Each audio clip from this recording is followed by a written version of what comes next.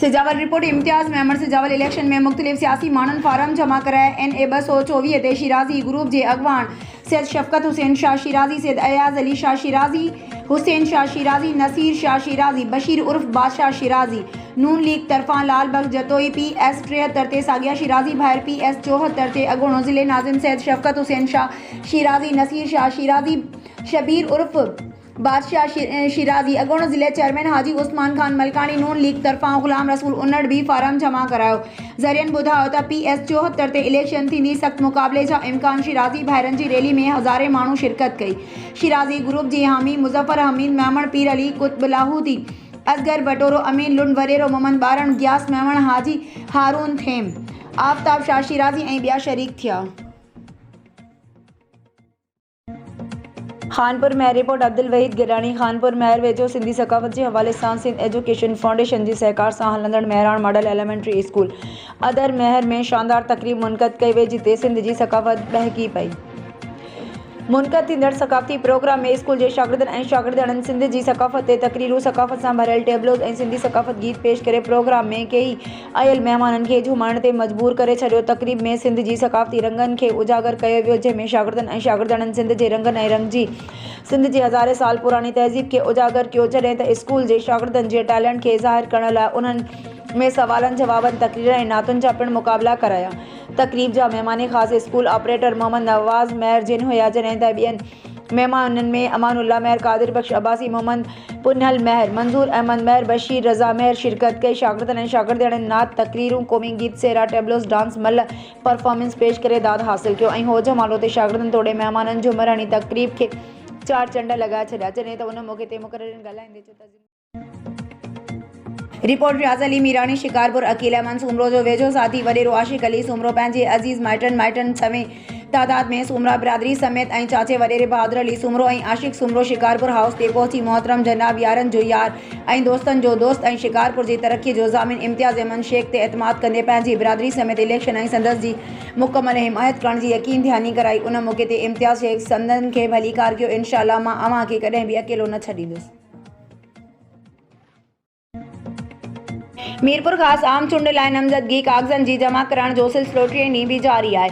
मीरपुर ख़ास अॻूणो सूबाई वज़ीर हरी राम किशोरी लाल भी PS 45 तां नामज़दगी कागज़ जमा कराए छॾिया। मीरपुर ख़ास PS 45 ते हरी राम जे पुट बि नामज़दगी कागज़ जमा कराए छॾिया। मीरपुर ख़ास NA 211 ऐं PS 45 PS 46 ते अॻूणे मेंबर क़ौमी असेंबली सैयद अली नवाज़ शाह ऐं संदसि पुटनि बि नामज़दगी कागज़ जमा कराए छॾिया। मीरपुर ख़ास PS 45 मीरपुर ख़ास 1 ते 102 उम्मीदवारनि खे नामज़दगी कागज़ जारी 12 जमा कराया विया। मीरपुर ख़ास PS 46 मीरपुर ख़ास 2 ते 36 उम्मीदवारनि नामज़दगी कागज़ जारी ऐं 3 जमा कराया। मीरपुर ख़ास क़ौमी ऐं सूबाई असेंबलियुनि जे उम्मीदवारनि 11 सिफ़नि ते ॿधल हलफ़नामो जमा कराए छॾियो। मीरपुर ख़ास ख़त्म नबूवत ते मुकम्मल ऐं गैर मशरूत ईमान ऐं इस्लामी नज़रिए खे बरक़रार रखण लाइ जिदोजहद जो एतराफ़ भी हलफ़नामनि में शामिल आहे। मीरपुर ख़ास उम्मीदवार नामज़दगी फार्म में बैंक अकाउंट्स ऐं असासनि जा तफ़सील पिणु जमा कराया विया। ऐवान साफ़त सूमार समय जो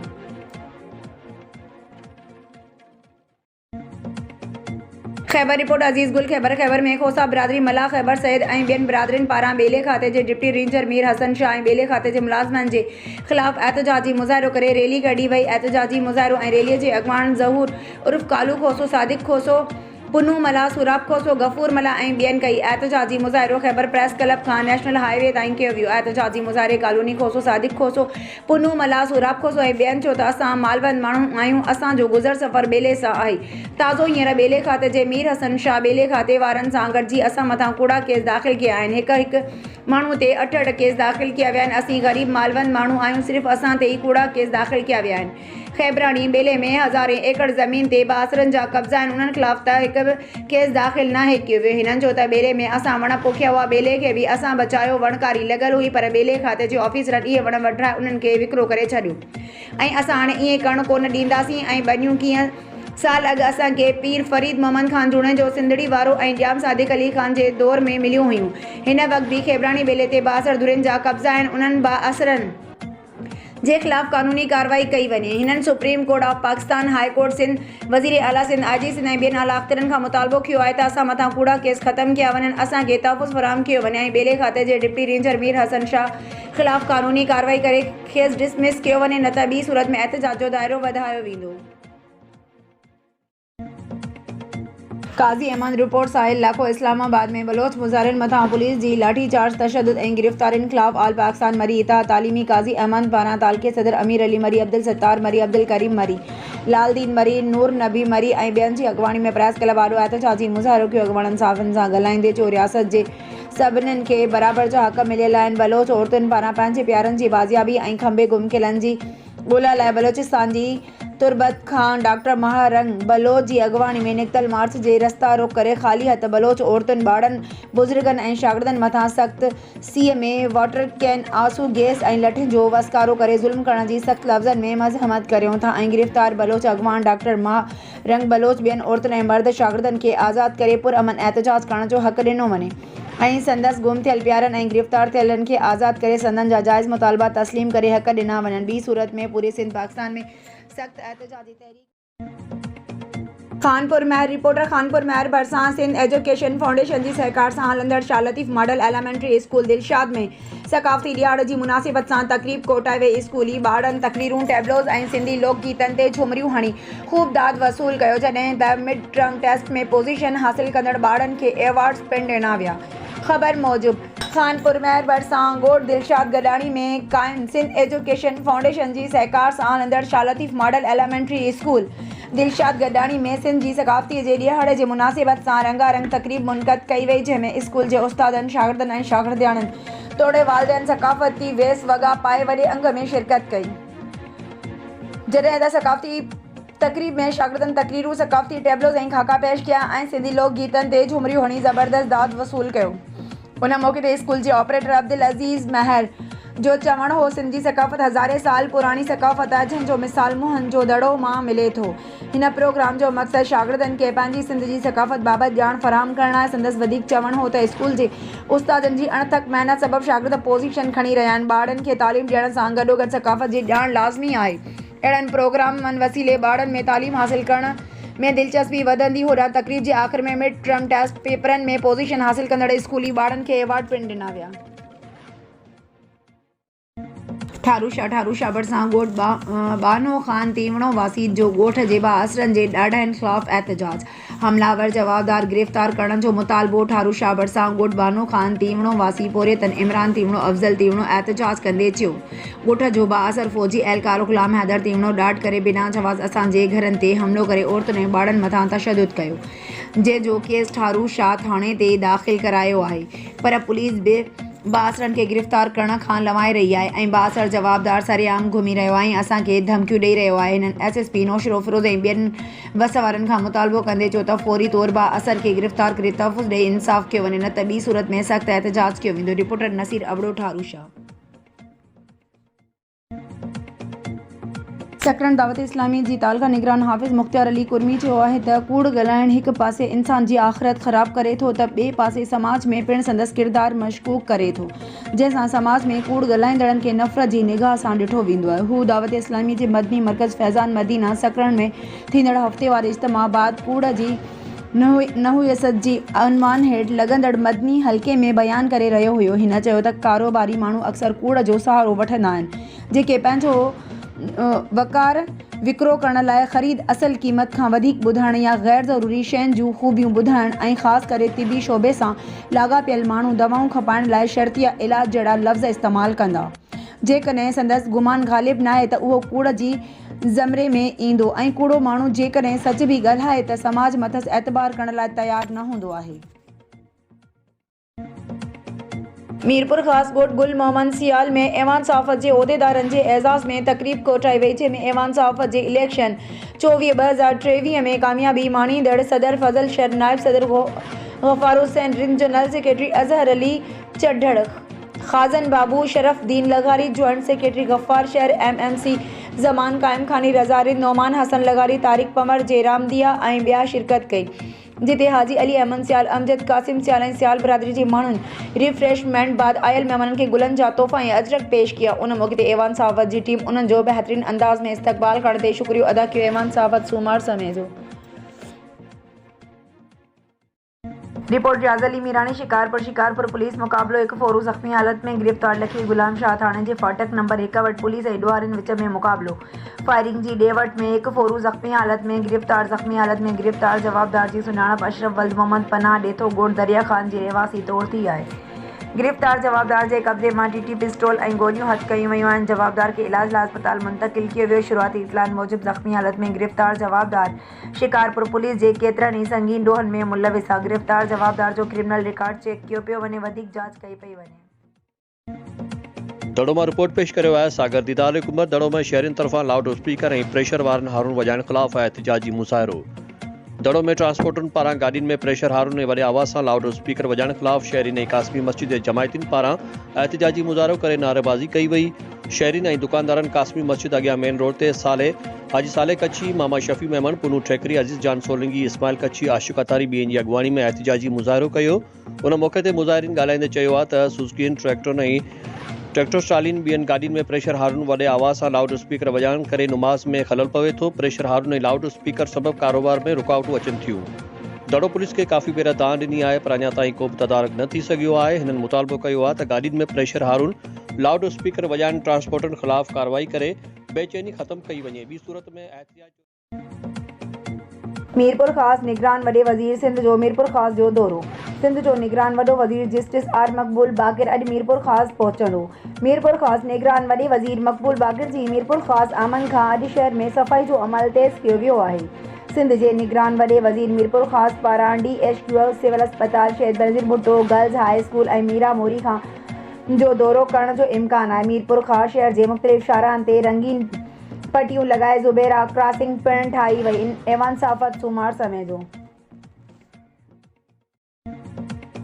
नौशरो फ़िरोज़ रिपोर्ट ज़ुल्फ़ार अली तगड़। नौशरो फ़िरोज़ भरिसां निम वारनि खोसनि ते नौशरो फ़िरोज़ पुलिस जी चढ़ाई चादर ऐं चौदीवारी जो तक़दुस पामाल भञड़ा ऐसे शो बिला जवाज़ बग़ैर कंहिं वारंट लेडीज़ पुलिस घर में घिराए गद्दियूं टोड़े छॾियूं, माल जो मुंहुं डाहे 2 मींहूं ऐं वछूं काहे वियो। इक़बाल खोसो मीडिया सां ॻाल्हाईंदे चयो त मूंखे 2-3 ॾींहंनि खां फ़ोन करे 2 लख घुरी रहियो हो, न ॾींदे त सख़्तु नतीजा भोॻींदे। मां IG CND IG ऐं SSP खां मुतालबो कयां थो असां सां इंसाफ़ कयो वञे ऐं काहे वियल मींहूं वापसि करायूं वञनि।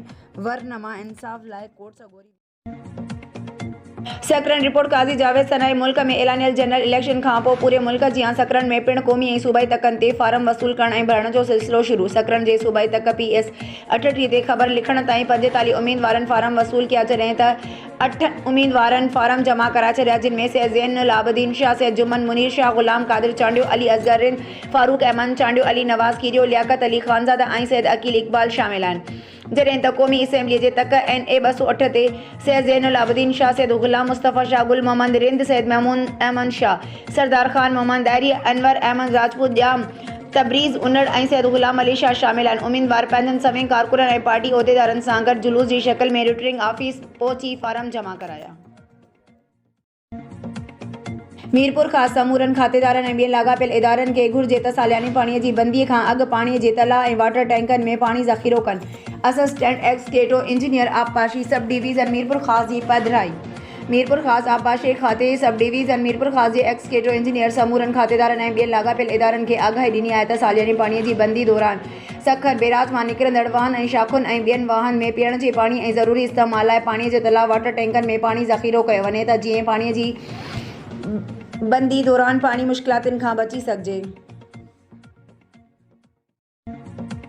ठुल रिपोर्ट फेज़ सूमरो। जमीयतुल उलमा इस्लाम जे अॻूणो वफ़ाक़ी वज़ीर सरदार मोहम्मद मियां सूमरो विच में इलेक्शन जे सिलसिले में संदसि रिहाइशगाह ते मुलाक़ात थी। जनरल इलेक्शन में गॾिजी लुणण में गॾियल उम्मीदवार आणण जो फ़ैसिलो कयो वियो। JUI जी वफ़द में ज़िले अमीर डॉक्टर AG अंसारी, मौलाना अब्दुल जब्बार रिंद, हाफ़िज़ मीर मोहम्मद बगलानी PS2 ठुल ते JUI जो नमज़द उम्मीदवार मीर शफ़ीक़ रहमान खोसो, मोहम्मद ख़ान खोसो समेत मीर असगर ख़ान पंवर, अनवर अली सूमरो, बशीर अहमद सूमरो, हाजी ग़ुलाम नबी रिंद, हाफ़िज़ मुर्ज़ा खोसो मौजूदु हुया। गॾिजाणी बाद जल्द ज़िले में सरप्राइज़ मिलण लाइ चयो पियो वञे। इजलास में चयो वियो त नॉमिनेशन फारम जमा कराइण लाइ थोरो वक़्तु ॾियण सबबि उम्मीदवारनि खे घुर्जूं पूरियूं करण लाइ ॾुखियाइयूं थी रहियूं आहिनि। हिननि चीफ इलेक्शन कमीशन पाकिस्तान खां नॉमिनेशन फारम जी तारीख़ वधाइण जो मुतालबो कयो आहे। मेड़ मां रिपोर्ट करे रहियो आहे ब्यूरो चीफ ज़िला दादू साहब खान हालो साबका सूबाई मशीर फ़याज़ अली खान बुट इम्तियाज़ अली पाशा खान बुट समेत गाॾियुनि में पीपी वर्करनि दोस्तनि साथियुनि सां गॾु काफ़िले जी सूरत में नॉमिनेशन फारम आरओ वटि जमा करायो। विख विख ते शानदार इस्तक़बाल गुलनि जी वर्खा। उन बाद मेड़ में सजाद हुसैन चांडियो जे ओताक ते थियल प्रोग्राम में शिरकत कई। उन मौक़े ते फ़याज़ अली खान बुट खे सजाद हुसैन चांडियो बोस्के जो पटको पारायो। ॿई आयल महिमाननि खे अजरक पाराया। उन मौक़े ते फ़याज़ अली खान बुट चयो त पीपी अवाम जी पार्टी आहे। असां अवाम जा नुमाइंदा आहियूं। असां सदाईं अवाम जे हक़नि जी ॻाल्हि कई आहे। तव्हां ग़रीब मिसकीन पोरियत माण्हू असांखे वोट ॾेई असेंबलीअ में मोकिलियो था। हिन चयो त सजाद चांडियो असांजो साथी आहे, सदाईं असांजी मदद कई आहे, हाणे बि असांजो भरपूर साथ ॾींदो। हिन चयो त सिंध समेत पीपी जा नुमाइंदा कामयाब थींदा, मुल्क जो वज़ीर आज़म बिलावल भुट्टो ज़रदारी थींदो। उन मौक़े ते पीपी सिटी मेयर जा वर्कर जियाला गॾु हुआ। रिपोर्ट फ़याज़ अली मीरानी शिकारपुर। लकी गुलाम शाह जे सिविल जज आफ्ताब अहमद लगारी ऐं असिस्टेंट कमिश्नर राजा दरिया ख़ान कुरैशी पारां हलंदड़ गैर क़ानूनी ईरानी पंपनि ते छापा हयां विया।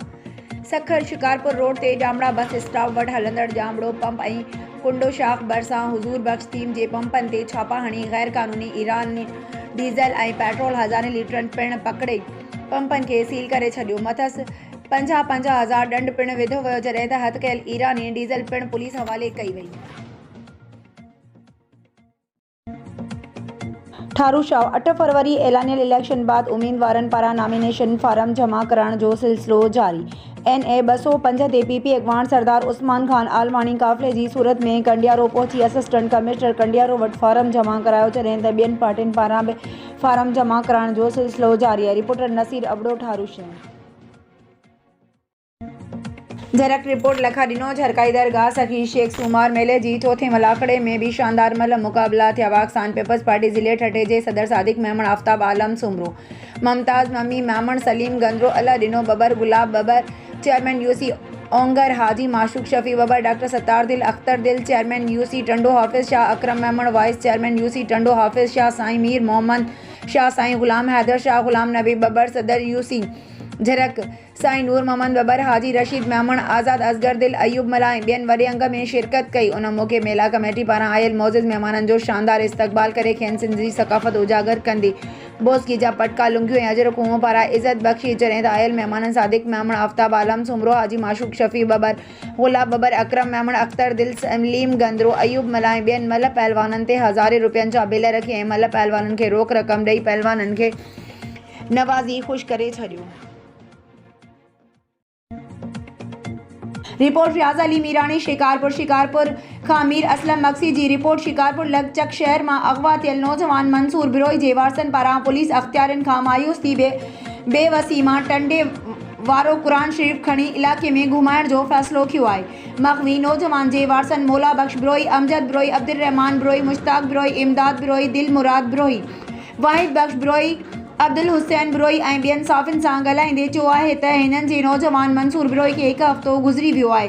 पुलिस को बि ताउन नथी करे, मजबूर थी असां टंडे वारो क़ुरान शरीफ़ खणी इलाइक़े में मदद लाइ पाण मुरादो कोशिशूं वठी रहिया आहियूं।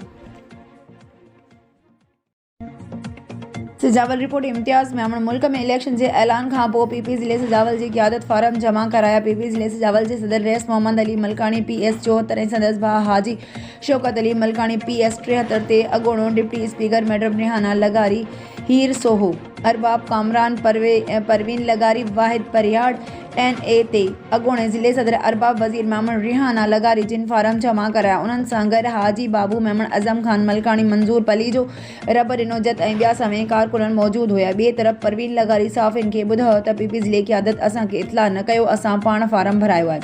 हिन प्रोग्राम अरबाब रमीज़ मेमण, ज़िले चेयरमैन रेस दानिश खान मलकानी, सरदार रमीज़ ज़हूर, डॉक्टर इकबाल मेमण नज़र न आया। उन मां छा महसूस कजे। रिपोर्ट फ़याज़ अली मीरानी शिकारपुर। मोहसिन शिकारपुर मोहतरम इम्तियाज़ अहमद शेख साहब, संदसि जी लखते जिगर नौजवान रहनुमा मोहतरम फराज अहमद शेख साहब, जिन जी मौजूदगी में PTI अॻवान focal person Larkana division Majid Ali Memon पंहिंजे मेमण बिरादरी ऐं दोस्तनि समेत आगा तैमूर खान पठान ऐं PTI खां सियासी वाबस्तगी ख़त्म करे अॼु मोहतरम इम्तियाज़ साहब ऐं मोहतरम फराज साहब जी क़यादत ते एतमाद कंदे पीपल्स पार्टी में शमूलियत अख्तियार कई ऐं यकीन ॾियारियो त असांजो जीअण मरण अमां सां गॾु आहे। इंशाअल्लाह 8 फरवरी ते मोहतरम इम्तियाज़ साहब जी कामयाबी जो जश्न गॾिजी मल्हाईंदासीं। मुलाक़ात में आगा नदीम पठान, अमजद अली जलवानी ऐं जोजी कुरैशी जिन गॾु हुआ। मीरपुर ख़ास ज़िले में भाण जी हथरादू खोट ऐं ब्लैक ते विकिरो करण वारी अमल ते ज़िले इंतज़ामिया कंट्रोल करण में नाकाम बणियल। आबादगार भरण लाइ ऑफिसनि तोड़े डीलर माफ़िया जे अॻियां धिका खणण ते मजबूर। आबादगारनि खे भाण 2 महीननि खां न मिली सघियो। पोखियल फसल सुकी तबाह थियण लॻो। भाण न मिलण करे आबादगारनि जो फसल ते लखे रुपया कयल ख़र्च बि बर्बाद थी वियो। भाण मार्केट में डीलर माफ़िया वटि मौजूदु आहे। ज़िला इंतज़ामिया ज़राअत खातो तोड़े आबादगार बोर्ड जे तंज़ीमनि जा अॻवान डीलर माफ़िया सां मिली भगत करे भाण खे ब्लैक ते विकिरो करण में मुलविस आहिनि।